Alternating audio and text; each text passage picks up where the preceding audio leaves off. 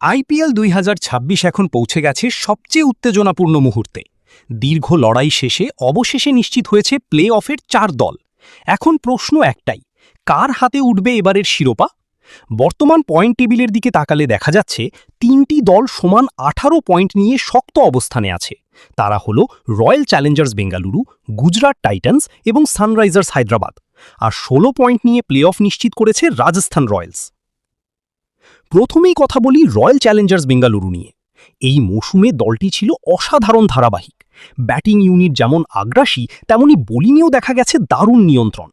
চাপের ম্যাচে জয়ের মানসিকতা তাদের সবচেয়ে বড় শক্তি। তবে বড় ম্যাচে চাপ সামলানোই হতে পারে তাদের সবচেয়ে বড় পরীক্ষা।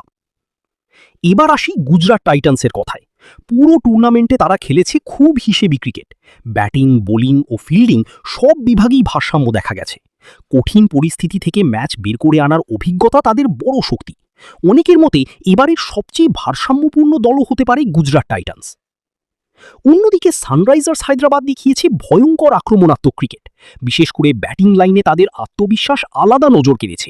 ম্যাচের মোড় ঘুরিয়ে দেওয়ার মতো পারফরমেন্স তারা বারবার করেছে। তবে বড় ম্যাচে ধারাবাহিকতা ধরে রাখা তাদের জন্য গুরুত্বপূর্ণ হবে।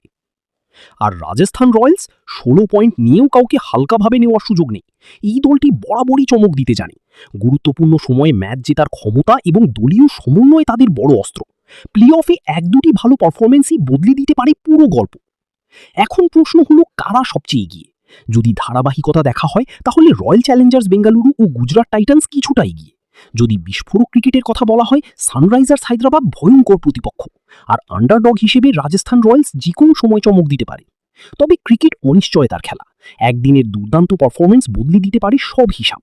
তাই ট্রফি কার হাতে উঠবে সেটা জানতে অপেক্ষা করতে হবে শেষ পর্যন্ত। এখন আপনার পালা। আপনার মতে আইপিএল ২০২৬-এর চ্যাম্পিয়ন কি হবে? কমেন্টে লিখে জানান আপনার ফেভারিট টিমের নাম। ভিডিওটি ভালো লাগলে পেজটি ফলো করুন এবং ইউটিউব চ্যানেল থেকে দেখলে চ্যানেলটি সাবস্ক্রাইব করুন। ধন্যবাদ ভিডিওটি সম্পূর্ণ দেখার জন্য।